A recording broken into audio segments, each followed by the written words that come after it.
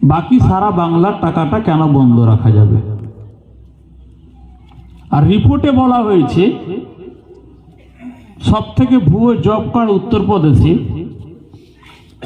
অথচ ডবল ইঞ্জিনের সরকার বলে সেখানে টাকাটাকে ছেড়ে দেওয়া হচ্ছে। বাংলা বিরোধী ভারত সরকার, বাংলা বিরোধী শুভেন্দু অধিকারী বিজেপি সহ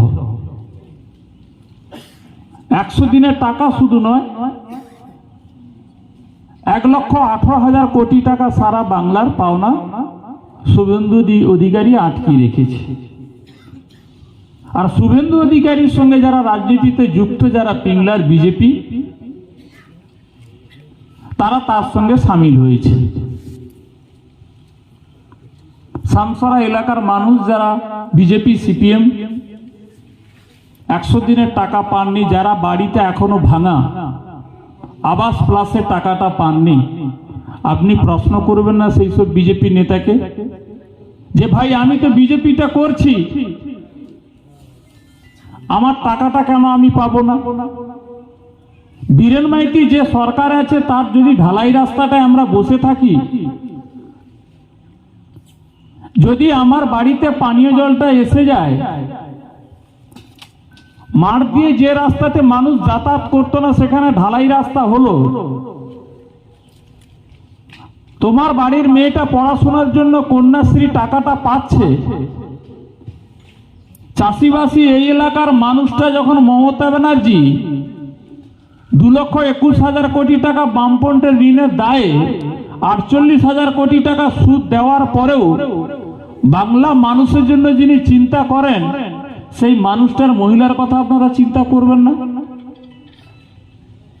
শুভেন্দু অধিকারী গায়ে জামা লাগিয়ে বলছে বিজেপি মমতা ব্যানার্জি চোর। আপনারা দেখেছেন টিভিতে, এফআইআর হয়েছে। আপনারা বুকে হাত দিয়ে বলুন তো, এই এলাকার যারা মানুষ আছেন, যারা বিভিন্ন অঞ্চল থেকে এসছেন,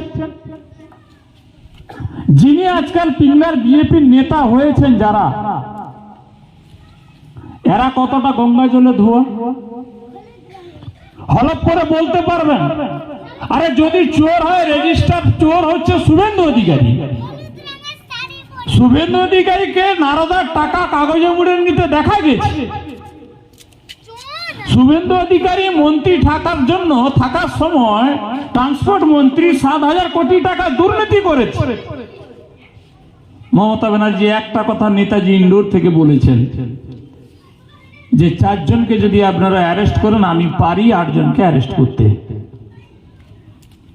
গিরিরাজ সিং বলছেন কি মুখ্যমন্ত্রী প্রধানমন্ত্রীর সঙ্গে বসুক। কেন? বাপের টাকা, বাপের টাকা আপনার। শুভেন্দু অধিকারী আপনাকে জিজ্ঞেস করতে চাই, একটা স্লোগান উঠেছিল, চোর চোরটা শিশির বাবুর ছেলেটা। ভালো লাগবে আপনাকে মমতা ব্যানার্জিকে চোর বলছেন? মমতা ব্যানার্জি যদি চোর হতো আজকে টালির চালে থাকতো না। তোমার 70টা ট্রলার, 22টা পেট্রোল পাম্প থাকতো, আছে। চোরকে শুভেন্দু অধিকারী অনেক ডেট দিয়েছে, 21, 23, 24, 3টা রাজ্যতে জিতেছে। আর পিংলার বিজেপি, বাংলার বিজেপি স্বপ্ন দেখছে 24 সালের নির্বাচনে 35টা আসন নেবে। আজকের সবার থেকে রাজনীতির যদি আমার সামান্যতম ন্যূনতম অভিজ্ঞতা জ্ঞান থাকে, কুণাল বাবু বলেছেন 3 আর 5, আগে 3টা পাক, 5-এর দরগোড়া পৌঁছাক। আমার ওহিদুল ভাই বলছে লোকসভাতে যে টার্গেটটা, যে অত্যাচারটা সারা পিংলাতে করেছে, বিধানসভার পরে আমি যদি মনে করতাম আজকে এখানে আমাকে সভা করতে হতো না, 8 নম্বরে মানুষ শান্তিতে থাকতে পারত। আমি মমতা ব্যানার্জি, আমরা মমতা ব্যানার্জি সৈনিক বলে আমরা পরিবর্তন চেয়েছিলাম, বদলা নয়। আর এটাকে যদি দুর্বলতা বলে মনে করেন, আগামী 24 সাল 8 নম্বর সামসরাতে জায়গা পাবেন না। এই ডিসেম্বর মাস হয়তো আপনারা সে সুযোগ পাবেন না, তার আগে 8 নম্বরের মানুষ, পিংলার মানুষ এই অত্যাচার উদ্ধত্তর হিসাবটা কিন্তু কড়াইগন্ডায় বুঝিয়ে নেবেন, তখন কিন্তু এই দায়িত্বটা আমাদের আর দোষটা চাপাতে পারবেন না। এখানে আমার ওসি সাহেব আছেন, গতকালকে আমি বলেছি, আজকের সভা থেকে আমি বলেছি, আধিকারিকদের জানিয়েছি, 24 ঘন্টা আমি সময় দিয়েছি, হয় অ্যারেস্ট করুন আর না হয় আমাদের ছেড়ে দেন। সামসারার কোন বিজেপির নেতা বলছে, মন্ডলের সভাপতি বলছেন আমরা এসবের মধ্যে নেই, বীরেন বাবুকে ফোন করে বলছেন এই অধ্যত্ত অত্যাচারের বিরুদ্ধে আমরা এতে নেই, যিনি করছেন আপনারা বুঝে নেন। তাহলে এখানকার যিনি এখন হালি বিজেপির নেতা হয়েছেন, যদি তিনি মনে করেন যে সামসরা এটা পিংলার মধ্যে আলাদা, তিনি বলেছেন কাউকে সামসরা আমি বুঝিয়ে দেব, আমি খুব নম্রভাবে ভদ্রভাবে বিনয়ের সঙ্গে বলছি, হিম্মত থাকে চ্যালেঞ্জ নেন। পুলিশকে আমি বলবো হাত লাগাবে না, কবে ডেট করুন, আমরা তৈরি আছি। সারা পিংলার ক্ষেত্রে আমি চ্যালেঞ্জ নিচ্ছি। আমি মারপিট দাঙ্গা এসবে বিশ্বাস করিনি, এটা আমার ক্যারেক্টার। বাস্তবে ওইদুল ভাই যেটা বলেছেন, কিন্তু যদি মনে করেন এটা দুর্বলতা, মূর্খের সঙ্গে বাস করে আছেন, কারণ পশ্চিমাঞ্চল ঠান্ডা করে দেওয়া হয়েছে। যদি পূর্বতে মনে করেন যে একটু লাফাজাফা করব, সামনে বর্ষাকালটা পেরিয়েছে, বৃষ্টি ঝিপঝিপ পড়ছে, মনে করেন ব্যাঙের মতো লাফাবো, কিভাবে চাবি জাল মারতে হয় সেটা কিন্তু পিংলার তৃণমূল ভালো করে জানেন। কারণ 2000 সালে 98 সালে তোমার সেই টিমটা আজও কিন্তু পিংলাতে সেই মাথা তুলে দাঁড়িয়ে আছে, কোথায় কিভাবে ওষুধটা লাগবে। এখানে বেগুন চাষ অনেকের আছে, ফুলকপি চাষ আছে, ওষুধ সম্পর্কে অভিজ্ঞতা আছে সামসরা লোকের।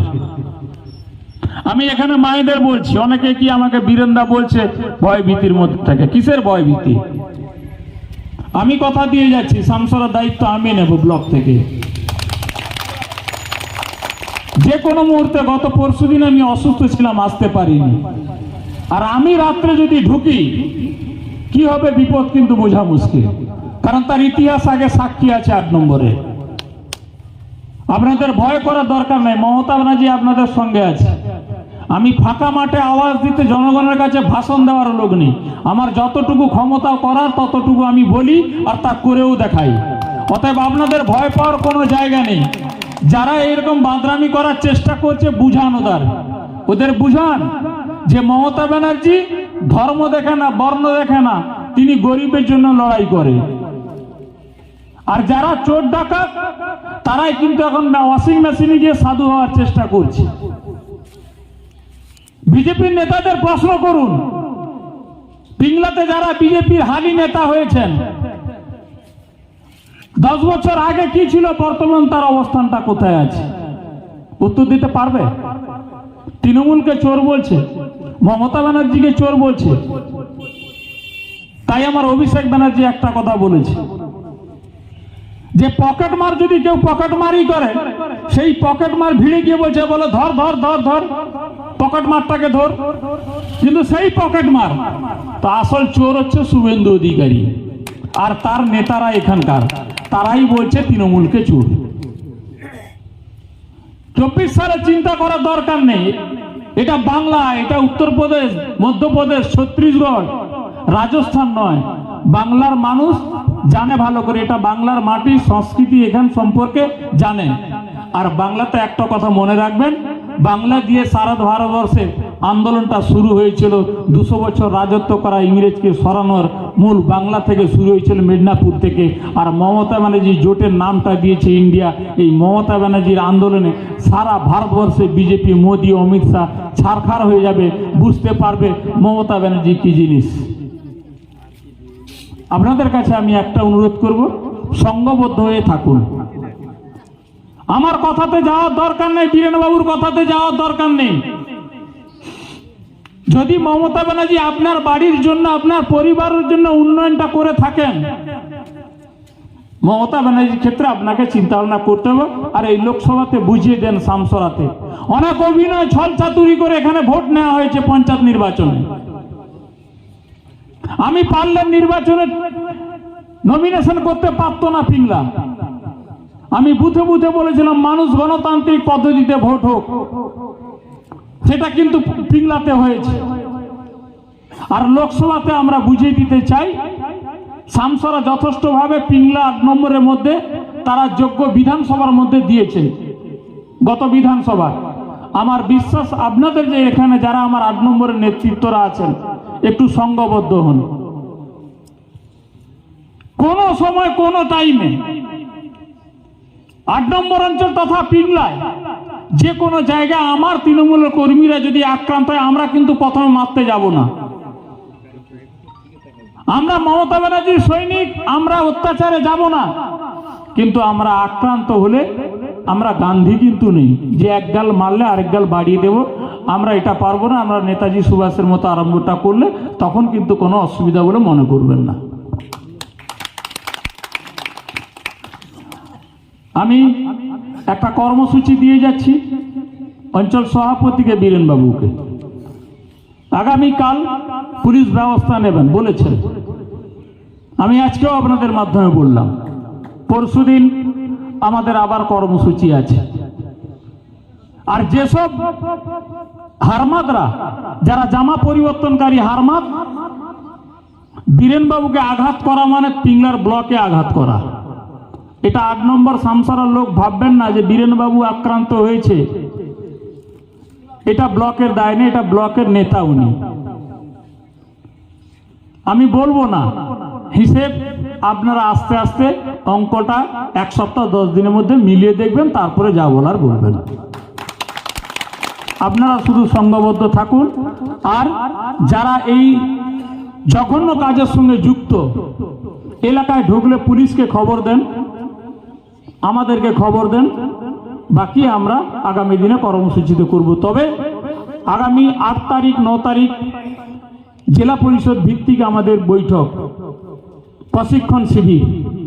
প্রতিটি বুথ থেকে বুথ সভাপতি, পঞ্চায়েত সমিতি এবং যুব সভাপতি, মহিলা নেত্রী, সোশ্যাল মিডিয়ার যারা সদস্য আছেন, INTTC-র সভাপতি, এই প্রশিক্ষণ শিবির আমাদের 8 তারিখ 9 তারিখ চলবে।